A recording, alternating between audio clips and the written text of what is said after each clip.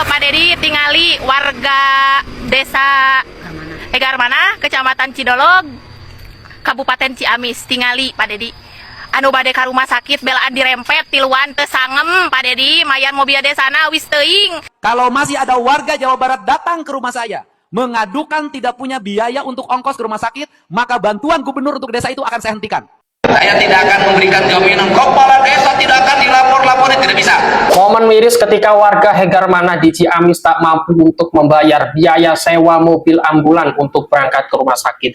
Dia harus boncengan 3 orang dalam satu motor untuk berangkat ke rumah sakit, teman-teman. Dia mengadu kepada Kang Deddy Mulyadi, meminta bantuan kepada Kang Deddy Mulyadi, dan meminta agar kepala desa di desa Hegarmana, kalau Hegarmana nggak tahu apa itu, saya lupa ya, itu diaudit. Ya, ini miris teman-teman ya.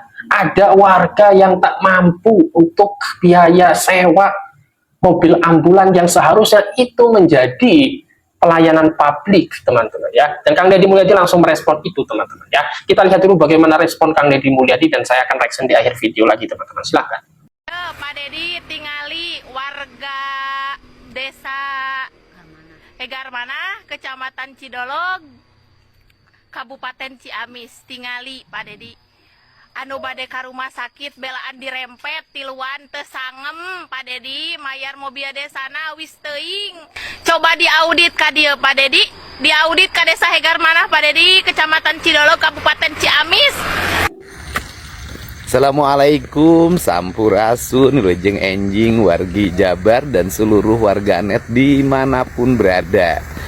Ini ada satu postingan, saya mohon maaf masih ada desa yang belum menggunakan ambulan desanya dengan optimal untuk kepentingan warga. Memang di desa itu ada 2 hal saya lihat. Yang pertama, sopir ambulannya seringkali tidak memiliki honor yang memadai. Yang kedua, BBM-nya seringkali juga tidak tersedia. Menurut saya hal ini bisa terantisipasi dengan apa? Dengan rereongan sapoe sarebu, sehingga warga bisa mengumpulkan sehari Rp1.000 dan uangnya bisa digunakan untuk saling membantu satu sama lain ketika warganya ada masalah, termasuk di dalamnya untuk BBM, ambulan, dan transport honor sopirnya. Tapi nanti saya coba untuk menghubungi kepala desanya, apa sih yang menjadi faktor penyebab peristiwa ini terjadi. Mohon maaf, masih ada ketidaknyamanan dalam layanan kesehatan di desa. Hatur nuhun. Saya tidak akan memberikan jaminan kepala desa tidak akan dilapor-laporin, tidak bisa. Kepala desa yang melanggar hukum, tidak bekerja dengan baik, menyimpangkan anggaran secara berlebihan, pasti akan kami proses. Terhitung 1 Januari, kalau masih ada warga Jawa Barat datang ke rumah saya mengadukan tidak punya biaya untuk ongkos ke rumah sakit, maka bantuan gubernur untuk desa itu akan saya hentikan. Kenapa? Karena saya tidak mau anggaran jatuh pada pemimpin yang tidak punya kepekaan dan empati pada rakyatnya. Itu serius, dimasukin Pak klausulnya. Bangsa Indonesia ini kalau tidak dipaksa tidak akan bisa. Dan kemudian nanti sistemnya bagaimana? Kalau desa tidak mampu, maka bendahara desanya nanti WA ke bendahara kabupaten kota. WA, nanti ada grup WA-nya dan itu dikelola oleh gubernur langsung. Nah kemudian kalau tidak mampu, memang uangnya habis, nanti langsung ke WA-nya gubernur. Nanti ada grupnya dan nanti akan kita bantu karena tim saya ada di setiap kabupaten. Di setiap kantor kepresidenan itu ada tim saya yang akan jalan. Selama ini tim saya jalan menjemput dari sana tiap hari. Mungkin kepala desanya nggak tahu. Jangan sampai gubernur lebih tahu dibanding kepala desa. Ini penting, Pak. Kenapa? Saya tidak boleh jadi kepemimpinan yang hanya sendiri yang bergerak. Kebaikan yang saya lakukan harus dilakukan oleh seluruh pemimpin di Jawa Barat. Makanya kalau kepala desa banyak yang cepat ditangkap korupsi, karena korupsinya kecil. Gampang kali membuktikannya, tinggal uang masuk, uang keluar, dan catatan administrasinya biasanya buruk karena ngandelin pejabat di sekretaris desanya. Sekretaris desa kadang-kadang saudaranya, itu problem. Nah, ini tetapi keburukan itu masih ada sisa ekonomi. Apa sisa ekonominya? Seburuk-buruknya pemimpin di bawah, koruptif sekalipun, uangnya beredar pada lingkungannya. Kang Deddy Mulyadi ngancam, menebar ancaman kepada masyarakat. Kang Deddy Mulyadi ngancam, nggak boleh ada lagi yang ngadu ke rumahnya. Nggak boleh lagi. Nggak boleh lagi ada yang ke rumahnya untuk mengadu. Nggak boleh lagi. Ini ancaman serius nih. Nggak pernah dibayangkan.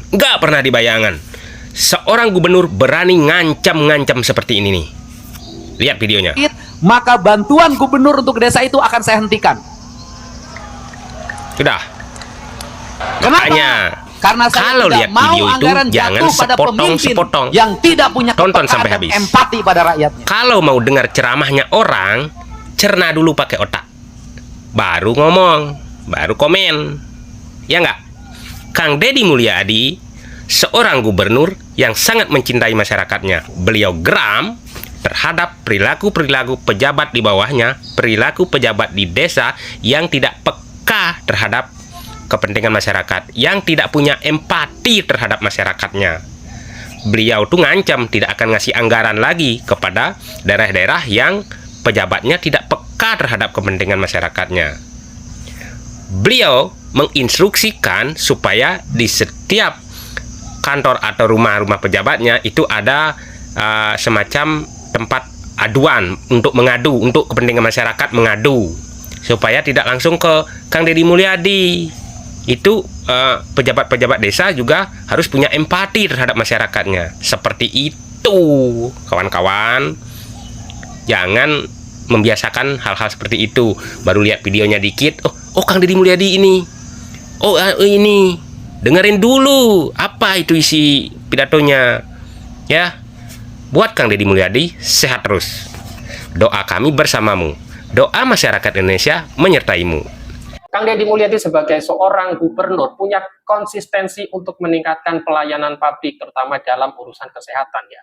Dalam pidatonya Kang Deddy Mulyadi juga pernah ya menyinggung bahwa jika ada warga desa yang mengeluh tidak mampu untuk berangkat ke rumah sakit lantaran tidak ada ongkosnya, maka Kang Deddy Mulyadi akan memutuskan bantuan untuk desa tersebut kan teman-teman. Ini miris ya, ketika ada warga harus boncengan 3 orang dalam satu motor karena tak mampu untuk biaya sewa mobil ambulan di desa tersebut teman-teman. Dan saya rasa kepala desanya memang harus benar-benar diaudit teman-teman ya. Dan Kang Deddy Mulyadi menyoroti 2 hal memang dalam pelayanan publik, terutama dalam urusan mobil ambulan itu, yaitu terkadang sopirnya itu tidak diberikan honor oleh si kepala desanya, sehingga mobil ambulan tidak berjalan, tidak dijalankan dengan baik gitu ya.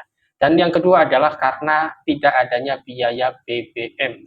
Maka Kang Deddy Mulyadi punya ide, punya inovasi, punya anjuran ya untuk warga Jawa Barat khususnya agar punya solidaritas ya, sumbangan Rp1.000 per hari ya. Ini tidak wajib, tetapi ini sebagai upaya saling bantu-membantu sesama warga di Jawa Barat itu ketika terjadi hal-hal yang seperti ini, agar tidak terlalu menggantungkan diri kepada kepala desa ya teman-teman ya, karena kita tahu banyak sekali skandal di kepala desa di Indonesia ini teman-teman ya. Semoga hal ini tidak terjadi lagi. Mungkin cukup ya teman-teman dari saya.